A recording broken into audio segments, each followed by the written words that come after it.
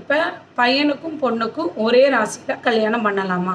எடுத்துக்காட்டாக மாப்பிள்ளைக்கும் பொண்ணுக்கும் தனுசு ராசி இருக்கிறது, 2 பேர்த்துக்குமே மீன ராசி, 2 பேர்த்துக்குமே மகர ராசி. அப்போ இந்த மாதிரி ஒரே மாதிரி ராசி இருக்கிறவங்களுக்கு கல்யாணம் பண்ணலாமா அப்படின்னா தாராளமாக கல்யாணம் பண்ணலாம்.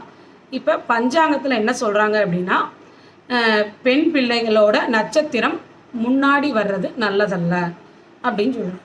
நட்சத்திரம் பெண் பிள்ளைகளுக்கு முன்னாடி வரக்கூடாது. அதாவது ஆண் பிள்ளைகளோட நட்சத்திரம் முன்னாடி வரணும், அதுக்கு பின்னாடி பெண் பிள்ளைகளோட நட்சத்திரம் இருக்கிற மாதிரி இருந்தால் அந்த கல்யாணம் சிறப்பாக இருக்கும் அப்படின்னு சொல்கிறாங்க.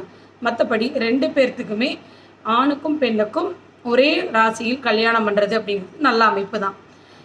அப்போ இப்படி யோசிப்பாங்க என்னென்னா, அப்போ 7.5 சனி அப்படின்னு வரும்போது 2 பேர்த்துக்கும் ஒரே மாதிரி வந்துடுமே, அப்போ 2 பேர்த்துக்குமே ஒரே மாதிரி நடக்கும்போது பிரச்சனைகள் வரும் அப்படின்னு உங்களுக்கு தோணும்.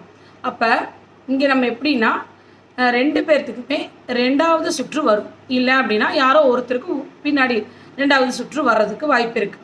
நிச்சயமாக 2 பேர்த்துக்கும் முதல் சுற்று அந்த மாதிரி வர்றதுக்கு வாய்ப்பு கிடையாது.